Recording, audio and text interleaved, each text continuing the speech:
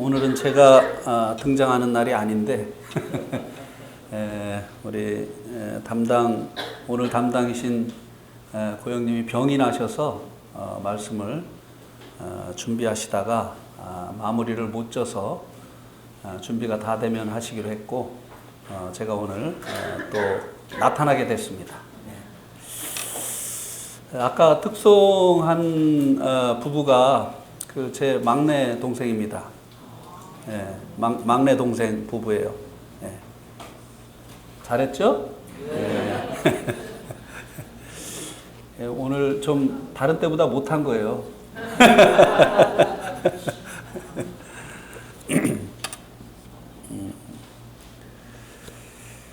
오늘 함께 나눌 말씀은 사도행전 5장 1절에서 6절까지입니다.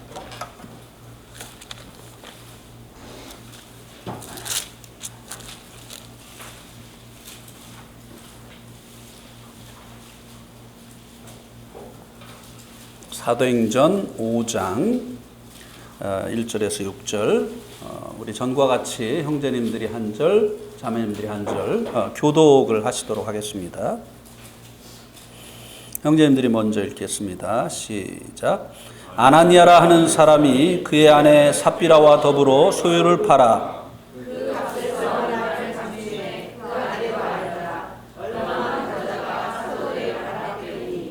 베드로가 이르되 아나니아야 어찌하여 사단이 내 마음에 가득하여 내가 성령을 속이고 땅값 얼마를 감추었느냐.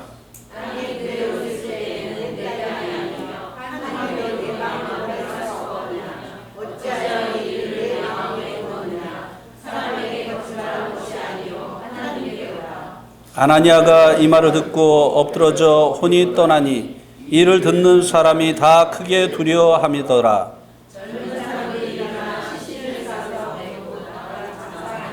네.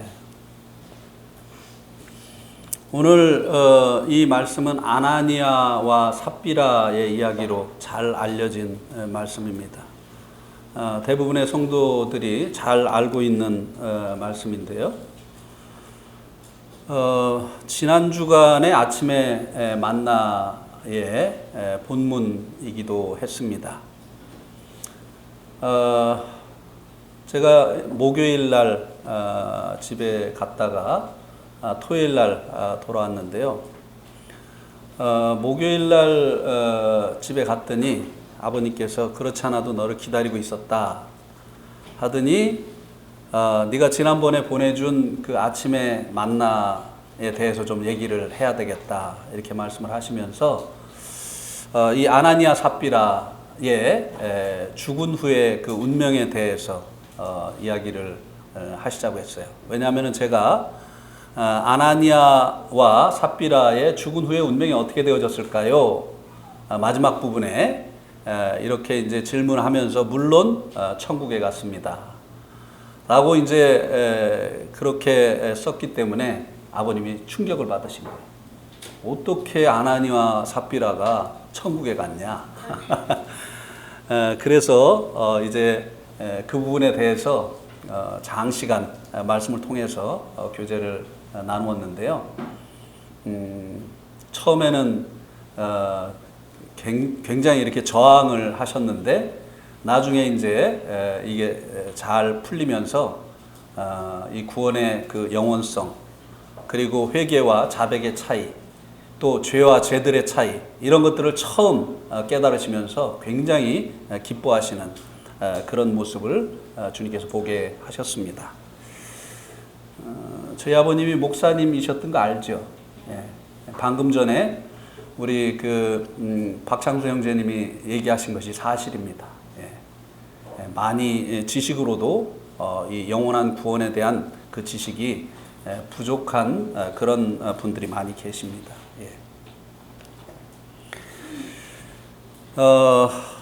이 사도행전 3장에서 40년 동안 걷지 못하던 그 장애 가운데 있던 사람이 베드로와 요한을 만나서 그 장애를 고침을 받고 온전케 되어지는 일이 일어난 것을 볼 수 있게 됩니다.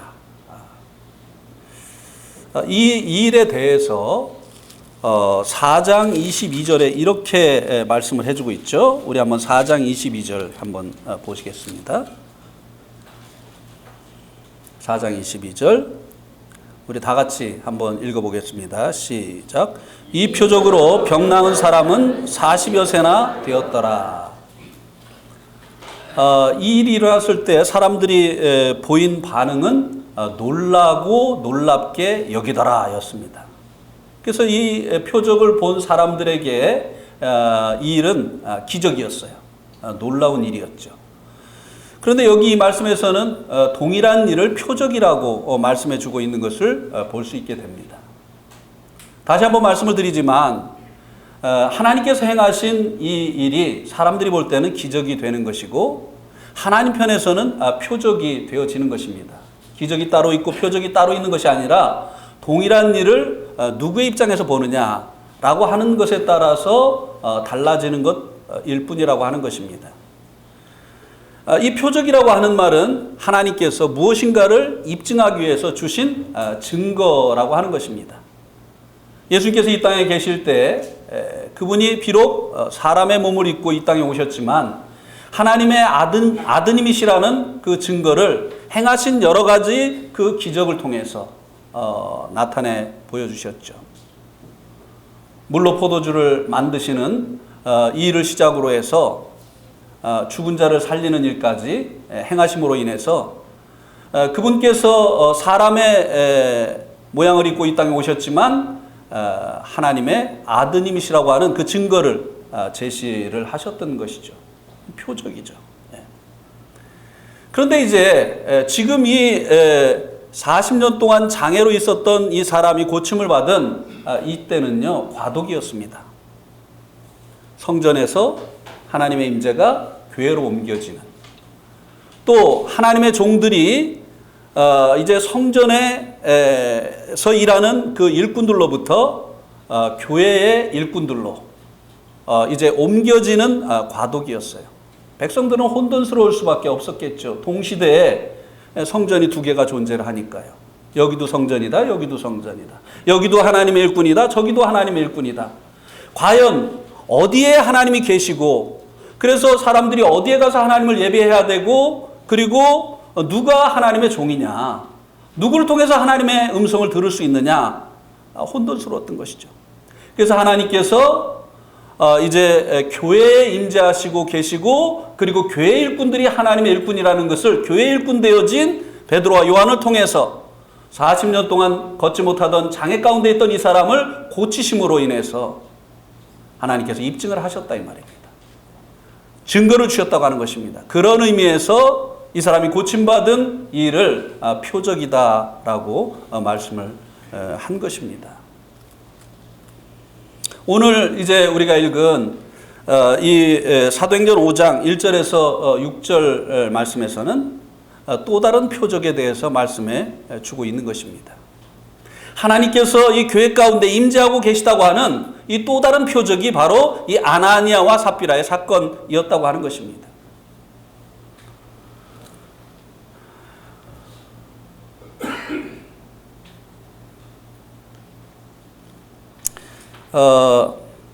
이 아나니아 삽비라가 자기 소유를 팔았다고 했습니다.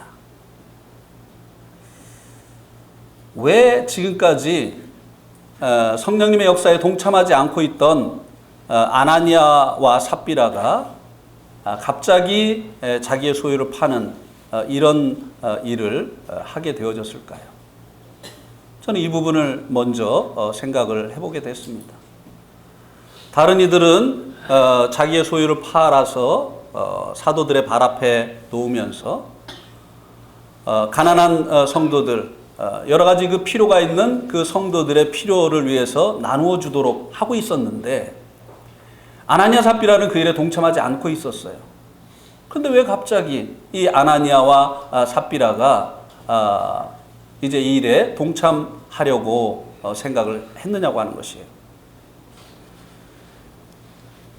3절에 보니까 그들이 이제 이 일을 시작한 이유를 추정해 볼 수 있도록 베드로가 말씀해주고 있는 것을 볼 수 있게 됩니다. 3절에 보니까 베드로가 이르되 아나니아야 어찌하여 무엇이요? 사단이 내 마음에 가득하여 내가 성령을 속이고 땅값 얼마를 감추었느냐. 이 말씀을 통해서 보게 될 때 이 아나니아하고 삽비라가 좋은 마음으로 이제 앞서서 헌신했었던 그 성도들과 같은 그런 성령님의 감동하심과 인도하심으로 성령님이 주시는 그 생각으로 땅을 판 것은 아니었다고 하는 것을 알 수 있게 되죠. 마음에 이제 사단이 가득했다고 말씀해주고 있지 않습니까? 마음에 사단이 가득했다. 이것을 이제 우리가 어떻게 이해를 해야 되느냐면요. 로마서 우리가 8장 4절을 한번 보시겠습니다. 로마서 8장 4절.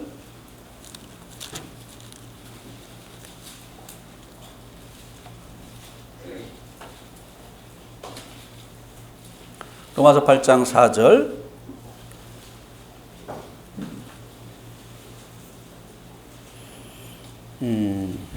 죄송합니다. 8장 6절을 보겠습니다.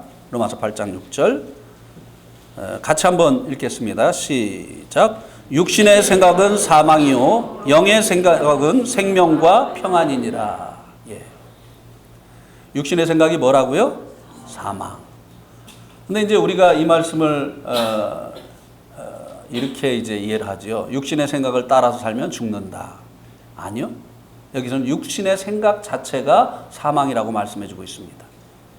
사망은 하나님과 분리되어지는 것을 얘기하죠.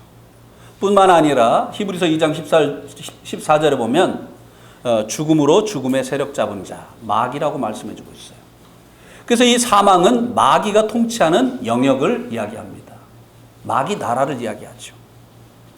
그래서 이 사람이 성도들이라 할지라도 육신의 생각에 사로잡히게 되어지면 마귀에게 사로잡히게 되어진다고 하는 것입니다. 왜냐하면 육신의 생각 속에서 마귀가 역사하기 때문에 그렇습니다. 그래서 이 아나니아가 사단이 그 마음에 가득했다고 하는 이 말의 의미가 뭔가 하면 사단으로 말미암는 그 생각으로 사로잡혔다고 하는 것입니다. 그러니까 이제 이 아나니아가 무엇인가 사단이 주는 그 생각에 사로잡혀서 성도들을 불쌍히 여기고 또 하나님을 사랑하는 마음으로 또 성도들을 사랑하는 마음으로 땅을 판 것이 아니라 무엇인가 사단이 주는 그 생각에 사로잡혀서 땅을 팔았다고. 좋은 마음이 아니었다는 것이에요. 거짓된 헌신을 하려고 했었던 것이죠.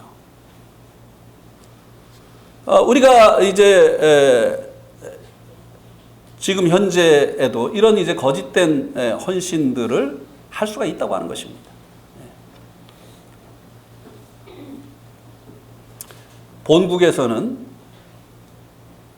복음을 전하지 않는 사람이 자기 가족에게도 복음을 전하지 않고 그리고 자기와 늘 함께 지내고 있는 사람들에게 복음을 전하지 않는 사람이 어느 날 선교를 가겠다고 하면 내가 이 나라 밖에 있는 영혼들을 위해서 내 생애를 헌신하겠다고 하면 이것이 정말 주님께로 말미암았다고 누가 인정할 수 있겠느냐고 하는 것이에요. 자기의 사랑하는 가족을 위해서도 복음을 전하고 늘 자기와 함께하는 사람들에게 한 번도 복음을 말해보지 않던 사람이 어느 날 갑자기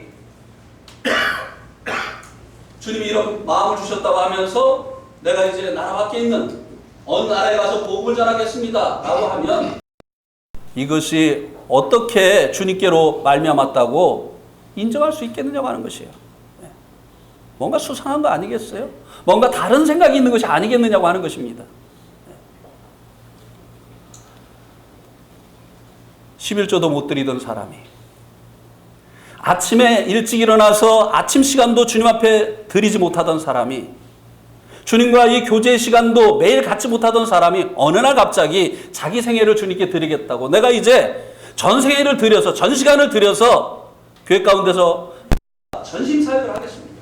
풀타임 사역을 하겠습니다 하면 그 말을 누가 믿겠느냐. 뭔가 다른 의도가 있는 것이 아닙니다. 정말 주님을 사랑하고 교회를 사랑하기 때문에 하겠다고 하는 것으로 누가 인정할 수 있겠느냐고 하는 것이에요. 오늘날도 이런 거짓된 헌신이 나타날 수 있다고 하는 것입니다. 주님으로 말미암 그 동기가 주님으로 말미암지 아니하고 사단에 의해서 격동되어진 이 육신의 생각으로 말미암아 시작되어진 이와 같은 주님의 일로 포장되어진 이와 같은 일들이 있을 수 있다고 하는 것을 이 말씀이 보여준다. 겉으로 나타난 그것만 보고 판단할 것이 아니라고 하는 것이죠. 예.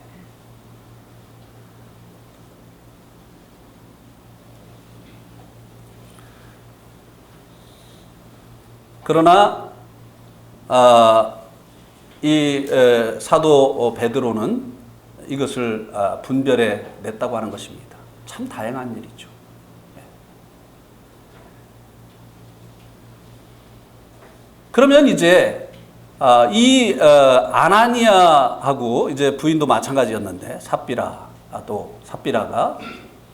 이제 이 성령 그 사탄이 그 마음에 이제 가득하여서 이제 이 일을 행하였는데요. 실제적으로는 어떤 일이 그들의 마음을 움직였을까 하는 것입니다. 저는 그 앞에 있는 말씀에서 힌트를 받게 됩니다. 4장 한번 보시죠. 4장 36절, 37절 한번 보시기 바랍니다. 구브로에서 난 레이족 사람이 있으니 이름은 요셉이라. 사도들이 일컬어 바나바라, 번역하면 위로의 아들이라 하니 그가 밭이 있음에 팔아 그 값을 가지고 사도들의 발 앞에 두니라. 이 구브로 출신의 레이족 사람인데 원래 이름이 요셉입니다. 그런데 사도들에 의해서 그에게 새로운 이름이 주어졌어요. 그 이름이 뭐라고요? 새롭게 주어진 이름이 바나바. 그런데 그 바나바라고 하는 그 뜻이 무엇이라고요? 위로의 아들. 요셉이라고 하는 이름을 가지고 있던 이 사람에게 사도들에 의해서 새로운 이름이 주어졌습니다. 그 이름이 뭐냐면 위로의 아들 바나바. 그래서 이제 우리는 이 요셉이라고 하는 그의 원래 이름을 잘 모릅니다. 왜냐하면 계속 이 새롭게 주어진 이 이름 바나바로 그가 명명이 되어졌기 때문이죠. 그런데 어떻게 이 바나바에게 사도들에 의해서 이 위로의 아들이라고 하는 이 바나바라고 하는 이름이 주어졌느냐고 하는 것이에요. 그는 실제적으로 성도들을 위로하는 자였던 것입니다. 그 중에 하나가 37절에 나오고 있지 않습니까? 그가 밭이 있음에 팔아 그 값을 가지고 사도들의 발 앞에 두니라. 자기의 것을 가지고 부족한 성도들의 부족한 것을 채우는, 위로하는 그런 사람이었던 거예요. 그를 통해서 실제적으로 많은 가난한 성도들이 위로를 받았던 것입니다. 제가 네팔에서 선교할 때 많은 성도들을 통해서 위로를 받았습니다. 제가 주님 외에 의지하는 것이 없잖아요.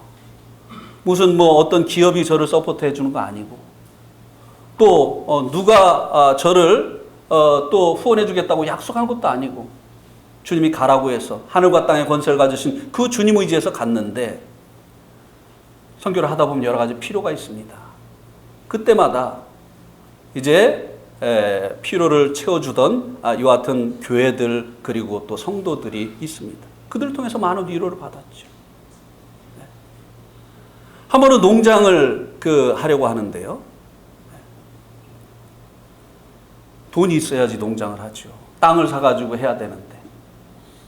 근데 이제 제가 믿는 것은 주님이니까 주님 앞에 기도했습니다. 주님, 제가 이 농장 땅을 사야 되니까 일주일 내로 제 통장에다가 이제 이 필요한 돈을 이제 입금시켜 주시기 바랍니다. 이렇게 정면으로 주님 앞에 서서 주님께 정면으로 청구를 했어요. 주님의 임재 앞에서. 그리고 나서 이제 일주일이 지나서 이제 은행에 가서 이제 한번 그 뭐라고 하죠? 은행 잔고를 찍어봤어요. 그랬더니 안 들어왔어요. 주님 왜 이러십니까?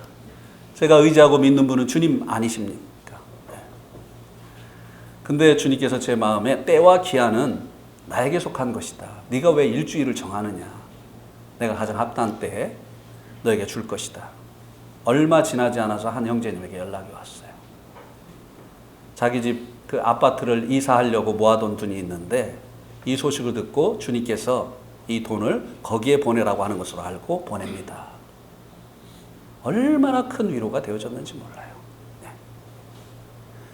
그러나 그것은 제가 먹고 사는 문제로 인해서 도움받은 것은 아닙니다. 그런데 이 초대교회 성도들은요, 예수님을 믿는 이유 때문에 집에서 쫓겨난 사람들이 대부분이었어요. 이들은요, 당장 먹고 사는 문제가 큰 문제로 다가온 상태에 있었습니다.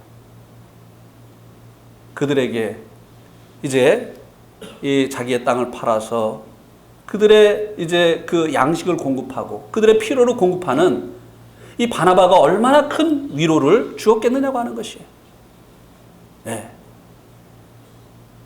이런 모습들을 보면서 이 바나바를 통해서 이제 성도들이 위로받는 그 같은 모습을 보면서 이제 사도들이 그에게 새로운 이름을 주어줬어요. 위로의 아들. 뭐라고요? 바나바. 만약에 우리들에게 새로운 이름이 주어진다면 어떤 이름이 주어질까요? 위로의 아들. 영광스러운 이름 아닙니까? 어떤 사람에게는 아마 트러블 메이커. 이런 이름이 주어질지도 모르겠어요. 그죠? 예. 피스메이커가 아니라 트러블 메이커. 네. 우리가 주님 안에서 어떤 새로운 이름이 주어질 것이냐. 네. 이제 이 아나니아가 가만히 보니까요, 바나바가 이제 헌신을 통해서 성도들에게 인정받고요, 교회에 인도자의 그 반열에 서게 되어지는 겁니다.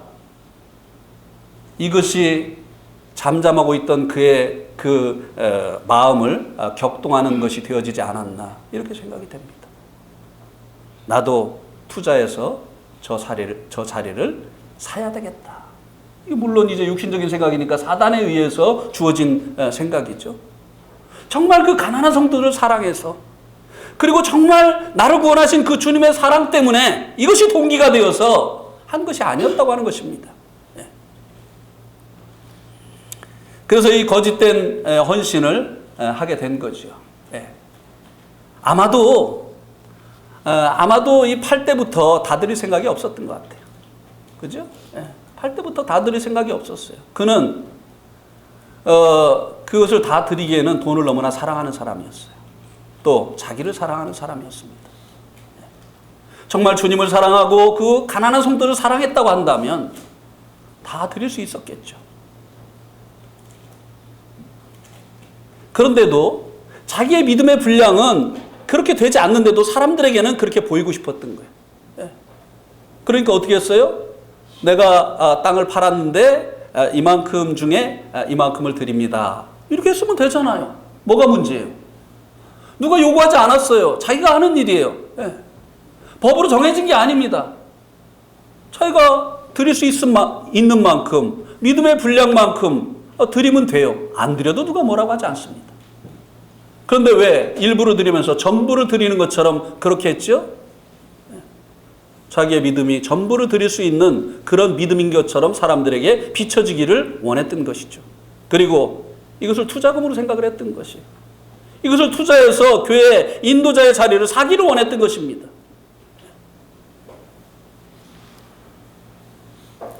그런데 이 일이 베드로에 의해서 드러나게 되죠. 드러나게 됩니다. 천만 다양한 일이 아닐 수가 없습니다. 만약에 이제 이 일이 드러나지 않고 아나니아가 원하는 대로, 삽비라가 원하는 대로 그들이 이 투자를 통해서 교회 인도자의 자리에 설 수 있게 되어졌다고 한다면 이제 이 교회 가운데 성령님의 역사는 끝나게 되어졌을 것입니다. 이 교회를 인도하시던 성령님의 그 인도하심은 사라지고 이제 이 육신적인 사람에 의해서 교회가 자주우지하게 되어지고 또 영적인 사람과 이 육신적인 사람이 늘 계속 갈등하게 되어지는 이와 같은 일들이 일어나게 되어졌을 것이라고 하는 것입니다. 안 그렇습니까? 그죠? 네. 육신의 주님의 생각과 우리의 생각은 어떻게 다르다고요? 하늘과 땅 차이. 그래서 이제 이 영적인 이런 생각이 주어지게 될 때 그 반대의 생각, 이 육신의 생각이 계속 주어짐으로 인해서 계속 갈등하고 이 갈등이 결국은 다툼이 되어지고 다툼이 결국은 분열을 가져오는 이와 같은 계속 일들이 일어나게 되어졌을 것이라고 하는 것입니다. 그래서 이제 베드로가 이를 이제 분별을 해내게 되죠. 이것은 사단이 마음에 가득해서 되어진 일이고 그리고 이것은 성령을 속인 일이라고 말씀해 주고 있습니다. 영적인 원인과 그리고 이것이 성령을 속인 거짓말을 한 이 범죄라고 하는 사실을 이제 말씀을 해 주었던 것입니다.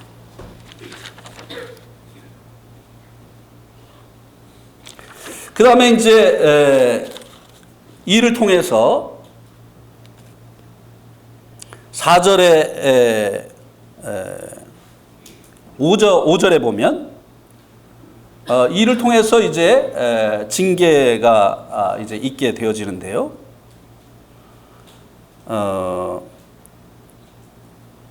아나니아가 이 말을 듣고 엎드러져 혼이 떠나니 이를 듣는 사람이 다 크게 두려워하더라.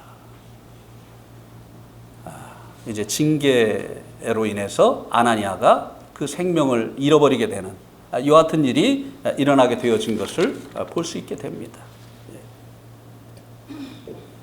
이 일은 이 교회 가운데 하나님께서 이제 좌정하고 계시다고 하는 증거가 되어진 것입니다.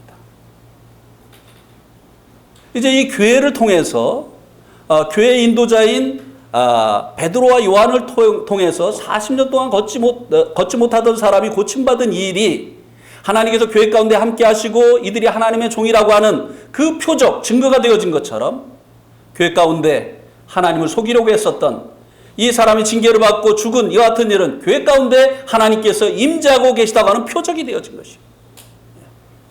사람들의 모임 가운데 하나님께서 함께 하시고 계시다고 하는 증거가 되어졌다고 하는 것입니다. 얼마나 많은 사람들에게 큰 교훈을 줬겠어요. 이곳에 정말 하나님이 계시는구나. 우리가 하나님 앞에서 행해야 되겠구나. 하나님을 경외해야 되겠구나. 하는 이와 같은 교훈을 주었다고 하는 것입니다.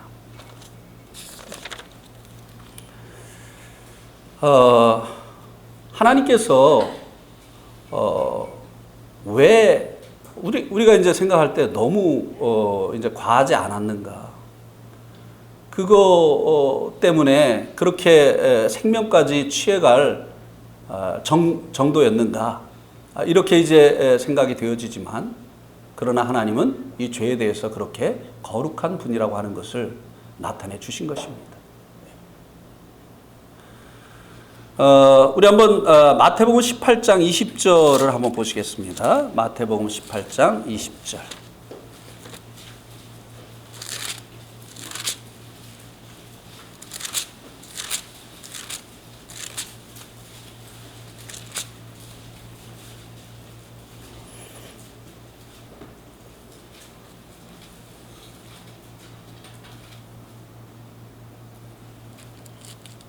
네, 마태복음 18장인데 제가 누가복음을 펴놓고 찾으니까 안 나와서 당황했습니다. 마태복음 18장 20절 같이 한번 읽어보겠습니다. 시작. 두세 사람이 내 이름으로 모인 곳에는 나도 그들 중에 있느니라. 이 앞에 말씀에 어떤 말씀이 있죠? 이 20장 앞에 말씀에 어떤 말씀이 있죠? 징계에 대한 말씀이 있습니다. 징계에 관한. 징계를 어떤 절차를 통해서 해야 되는지에 대해서 말씀해 주고 있습니다. 그런데 왜 징계에 관한 말씀의 결론에 해당하는 이 말씀이 갑자기 징계와 관련 없는 것 같이 보이는 두세 사람이 내 이름으로 모인 곳에는 나도 그들 중에 있다라고 하는 이 말씀이 나와 있는 것일까요? 이게 징계하고 무슨 관련이 있을까요? 징계, 잘못한 사람을 징계를 해서 교회 가운데서 내어 쫓아야 될 것을 말씀을 해주고 나서 왜 두세 사람이 내 이름으로 모인 곳에는 나도 그들 중에 있다라고 하는 이 말씀을 해주고 있을까요? 징계를 왜 해야 되느냐라고 하는 그 이유를 설명을 해주고 있는 것입니다. 왜 교회 가운데 죄가 있으면 안 되죠? 그 죄 가운데 있는 사람을 징계를 해서 교회 밖으로 내어 쫓아야 되죠? 그 이유가 뭐죠? 교회는 거룩하신 하나님의 처소이기 때문에 하나님과 죄가 함께 할 수가 없는 것이에요. 만약에 교회 가운데 죄가 있으면요, 하나님이 떠나십니다. 네. 하나님이 함께 하기 위해서 이 죄가 이제 교회 가운데 머물러 있지 못하게 하기 위해서 징계를 통해서 이제 이 범죄한 사람을 이제 교회 밖으로 내어 쫓아야 된다고 하는 것을 말씀해 주기 위해서 두세 사람이 내 이름으로 모인 곳에는 나도 그들 중에 함께 있다고 말씀을 하신 것입니다. 하나님께서 말씀하셨잖아요. 내가 거룩하니까 너희도 거룩하라. 네. 많은 은혜로 말미암아 구원받은 성도들이 소홀히 하는 것이 바로 하나님의 거룩입니다. 또 하나님을 경외하는 것이에요. 그저 우리가 이제 행위로 구원받지 않고 은혜로 구원받았다고 하는 이것 때문에 하나님이 얼마나 거룩한 분이신지, 우리가 하나님을 얼마나 두려워해야 되는지 이것을 잃어버리고 신앙생활을 한다고 하는 것입니다. 그러다가 이런 일을 당하는 거예요.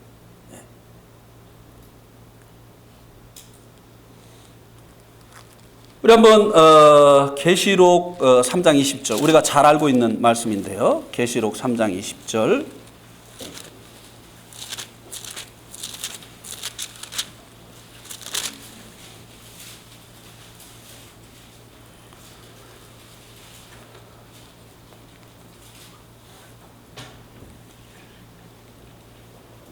또 같이 읽겠습니다. 시작. 볼지어다 내가 문 밖에 서서 두드리노니 누구든지 내 음성을 듣고 문을 열면 내가 그에게로 들어가 그와 더불어 먹고 그는 나와 더불어 먹으리라. 여기 보니까 이 라오디게아 교회에 주님께서 어디에 계십니까 지금? 그러면은 이 교회는 주님의 그 임재를 잃어버린 거잖아요. 그죠? 교회는 뭐예요? 하나님의 집이에요. 예. 교회에 하나님이 안 계시면요, 더 이상 교회의 기능을 할 수 없게 되어지는 것입니다. 가장 중요한 것은 교회에 하나님이 계셔야 되는 거예요. 예. 사람들은 많이 모이는데, 그래서 우리는 부요한 자다, 우리는 부족한 것이 없다, 라오디게아 교회처럼 예. 이렇게 얘기를 하지만 거기에 하나님 안 계시다는 거예요. 예. 그러면 그 교회는요, 그냥 사람들의 모임이에요. 원래 하나님께서 사람들의 모이면 이 교회 가운데 임재하시기 위해서 교회를 하나님께서 이제 만드신 것인데, 이 라오디게아 교회처럼 하나님의 임재를 잃어버린 이런 교회가 있다 이 말입니다. 왜요? 교회 가운데 죄가 있기 때문에. 거룩하신 하나님께서 이 죄와 함께 하실 수 없기 때문에 이제 하나님께서 교회 가운데서 임재를 거두신 이런 상태에 있는 이런 교회들이 있게 되어지는 것이죠. 그래서 하나님의 이 임재를 잃어버리지 않기 위해서 이 아나니아와 삽비라를 이제 징계하는 이런 일을 행할 수밖에 없었다고 하는 것입니다. 우리가 이것을 잊지 말아야 돼요. 이 교회는 사람들이 모이는 친목 단체가 아니에요.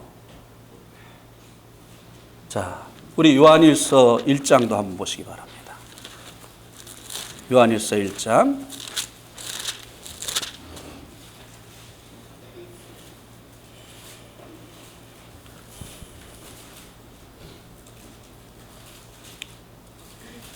2절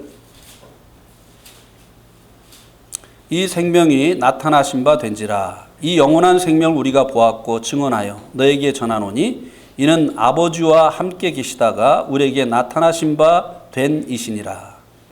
우리가 보고 들은 바를 너희에게도 전함은 너희로 우리와 사귐이 있게 하렴이라. 우리의 사귐은 아버지와 그의 아들 예수 그리스도로 더불어 누림이라. 우리의 사귐 가운데는 누구가 있다고요? 아버지와 그 아들 예수 그리스도가 우리의 사귐 가운데 함께 한다고 하는 것입니다. 세상 친목회하고 다른 것이 이것이에요. 세상 친목회는 사람들끼리 모여서 사귐 갖고 즐거워하지만 이 교회는요, 사람들이 모이지만 여기에 아버지와 아들이 함께 하신다고 하는 것입니다. 예. 그러면서 이 요한일서 1장에도 나오는 것이 무엇입니까? 죄의 문제를 다루고 있잖아요. 예. 너희가 죄 없다면 거짓말하는 것이고 진리를 행치 아니합니다. 만일 너희가 너희 죄를 자백하면 그는 미쁘시고 의로우사 너희의 죄를 사하시고 모든 불의에서 너희를 깨끗게 할 것이다. 왜 이 죄를 계속 품지 말고 그 죄를 자백해야 될 것에 대해서 말씀해 주고 있습니까? 우리의 모임은 아버지와 아들이 함께하는 모임이기 때문에. 이 죄가 제거되지 아니하면 하나님과의 이 교제가 어렵게 되어지고 이제 이 죄가 심각한 죄가 교회 가운데 용납되어져서 교회 가운데 이 죄가 있게 되어지면 하나님의 임재를 잃어버릴 수 있기 때문이라고 하는 것입니다. 굉장히 중요한 문제예요. 그런데 왜 징계를 오늘날 교회들이 하지 않죠? 마땅히 징계를 해야 될 이 같은 죄를 지은 성도가 있는데도 불구하고 왜 오늘날 교회들이 징계를 하지 않죠? 그 성도가 교회를 떠날까 봐. 그죠? 네. 그러면 그 성도 떠나지 않게 하기 위해서 누구를 몰아내는 거예요? 성령님을 몰아내는 거예요. 네. 만약에 이 아나니아와 삽비라를 징계로 처리하지 않았다고 한다면 이제 이 교회 가운데 성령님은 더 이상 계실 수가 없었을 것입니다. 그리고 이 교회는 더 이상 성령님의 인도하심을 받을 수 없게 되어졌을 것입니다. 그래서 이제 징계를 한 것이죠. 그래서 이제 고린도전서 11장 29절에서 32절도 한번 보시기 바랍니다. 고린도전서 11장 29절에서 31절.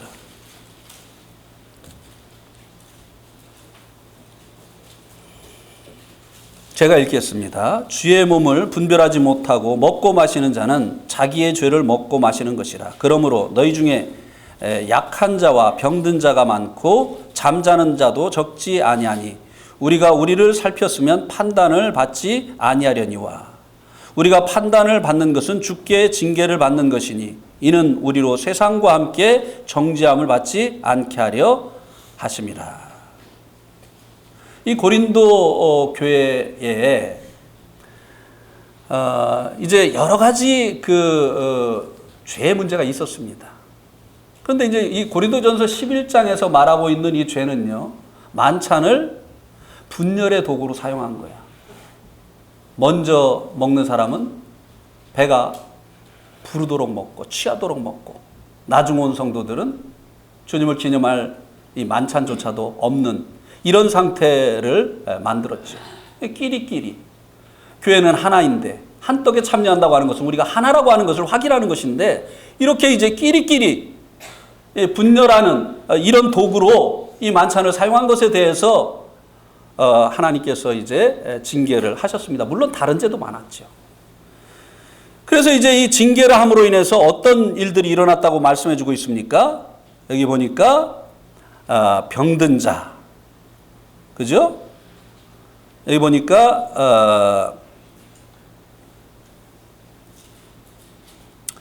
30절에 약한 자와 병든 자가 많고 잠자는 자도 적지 아니하다.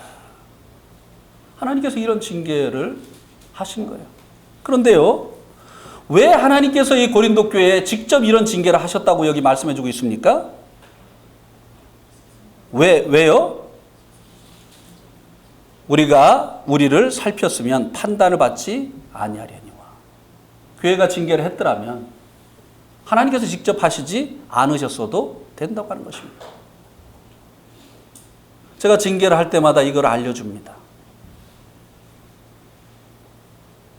형제님을, 자매님을 사랑하기 때문에 징계를 하는 것입니다. 왜냐하면 교회가 징계 안 하면 하나님이 직접 하십니다. 하나님이 직접 하시면 더 두려운 일이 일어날 수가 있습니다. 늘 이 교제를 해줘요. 네. 이렇게 고린도 교회도 이제 마땅히 징계해야 될 여하튼 자를 이제 징계하지 아니함으로 인해서 하나님께서 직접 징계하시는 여하튼 일들이 발생을 했다고 하는 것입니다.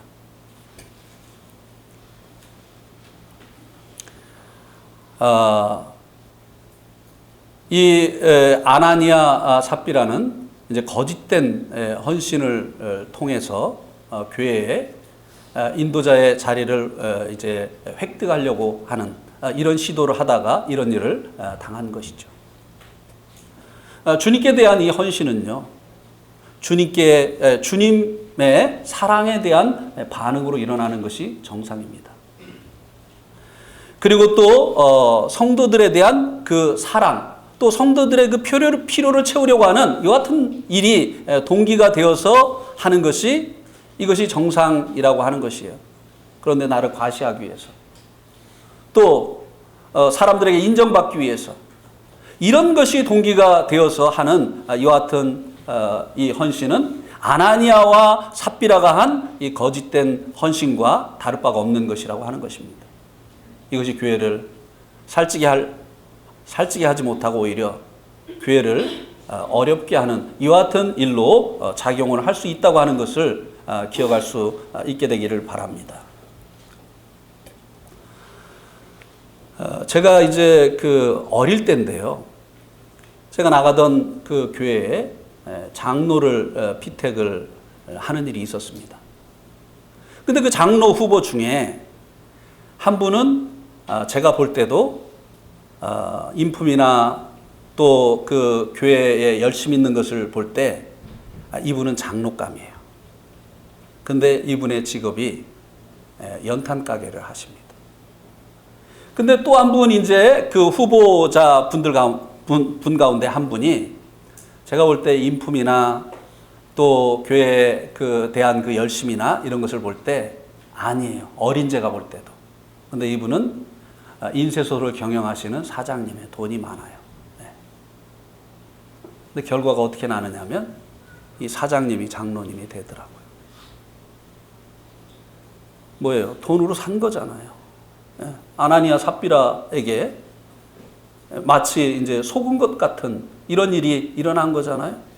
이런 교회 가운데 주님이 임재하시고 주님이 이런 교회 가운데서 일하시겠느냐고 하는 것이에요. 저는 그 교회에서 많은 시간을 보냈지만 복음을 들어본 일이 없습니다. 구원받지 못했어요. 네.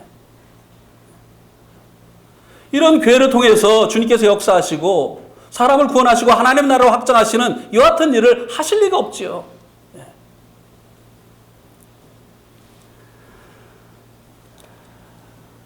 때로는 참 우리를 당황하게 하고 그리고 또 놀라게 하는 이런 일들이 때로는 벌어지죠. 범죄 가운데 있는데 교회의 인도자의 일을 계속 하는 거예요. 네. 그러면은 그 교회 가운데 주님의 역사가 있겠느냐고 하는 것이에요. 평상시의 삶은요, 세상 사람보다 더 악한 삶을 살고 있어요. 네. 그게 숨겨졌을 뿐이지. 그런데도 불구하고 그런 사람이 강단에 서고 말이죠. 네? 교회의 어떤 일들을 결정하고 이렇게 한다고 하면 그 교회 가운데 주님이 임재하시고 주님이 그 교회를 인도해 가시겠느냐고 하는 것이에요. 아프지만 이런 일들을 분별해 내야 되는 것이고, 그리고 하나님의 임재가 교회 가운데 계속되기 위해서 이런 일들은 이제 처리가 되어져야만 한다고 하는 사실입니다.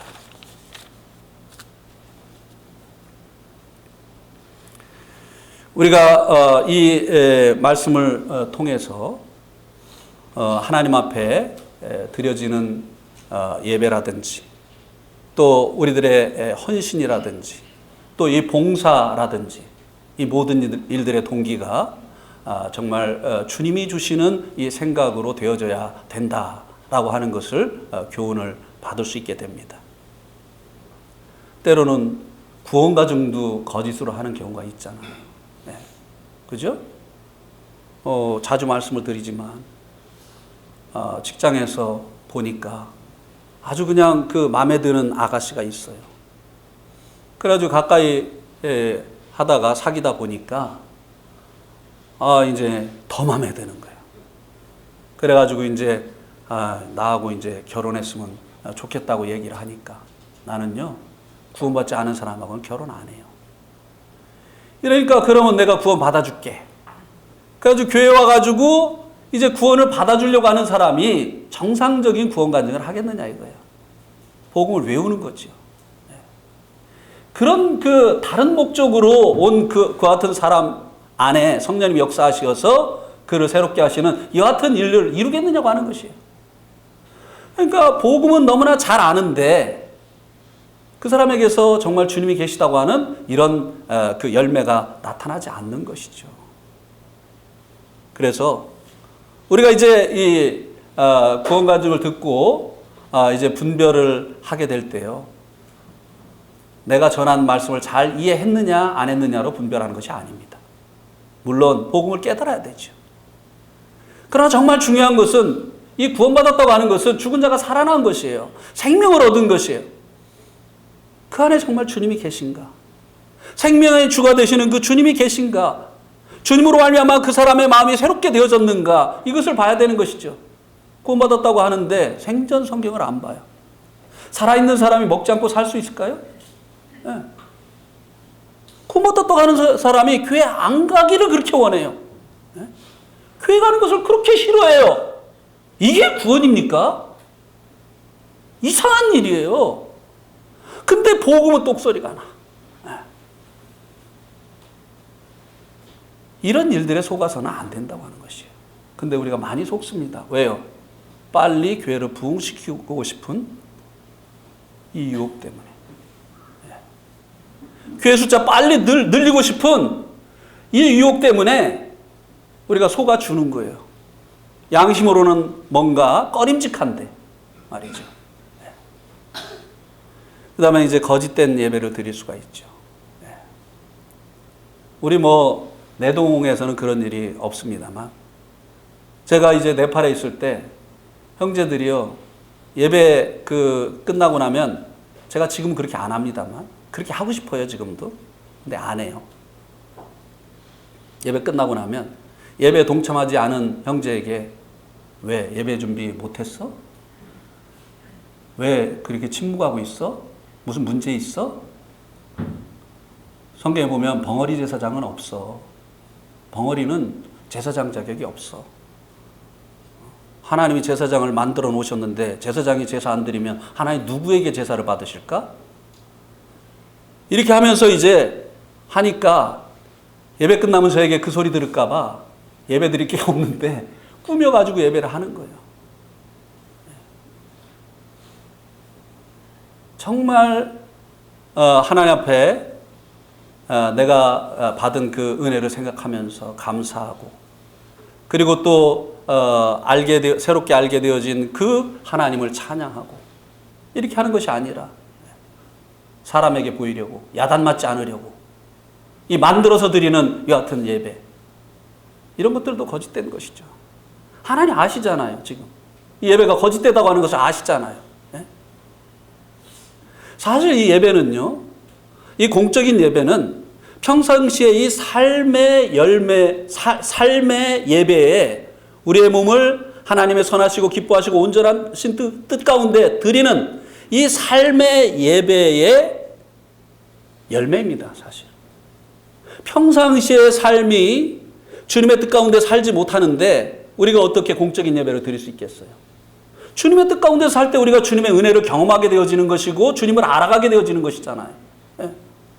그러니까 현재 나의 삶 가운데 목자 되신 그 주님의 인도하심을 따라서 살게 되어질 때 내게 부족함이 없도다. 여호와는 나의 목자시니 내게 부족함이 없도다. 사망의 음침한 골짜기를 걸을지라도 내가 해를 두려워하지 않는다. 환난 속에서도 주님의 도우심을 경험하고 어려움 속에서도 주님의 여러 가지 피할 길을 내시는 이와 같은 것들을 경험하면서 이런 것들이 모아지니까 하나님 앞에 감사하고 하나님이 이런 분이시라는 것을 실제적으로 알게 되어지고 해서 감사하고 찬양하고 하는 이런 예배가 드려지는 것이 아니겠습니까? 그래서 시편 22편은 뭐예요? 고난받으신 주님. 시편 24편은 뭡니까? 영광의 왕으로 오실 주님. 고난을 통해서 우리를 구원하신 주님. 그리고 영광의 왕으로 오셔서 우리를 이제 천국으로 인도하실 주님. 그럼 중간에 23편은 뭐예요? 여호와는 나의 목자시니. 고난을 통해서 구원하신 주님이 무엇을 목적하셨습니까? 우리를 천국으로 데려가시려고. 그러면 현재는 목자 되신 주님의 인도하심을 따라서 살게 하시려고.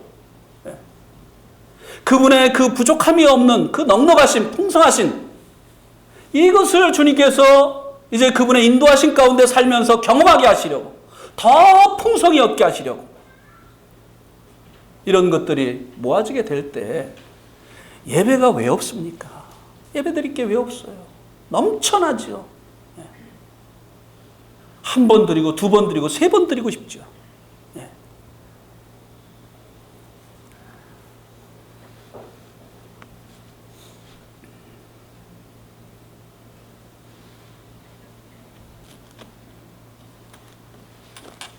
오늘 이 말씀을 통해서 주시는 이런 여러 가지 교훈들을 여러분들이 잘 생각하시면서 신앙생활에 잘 적용할 수 있게 되기를 바랍니다. 오늘 말씀 여기까지입니다.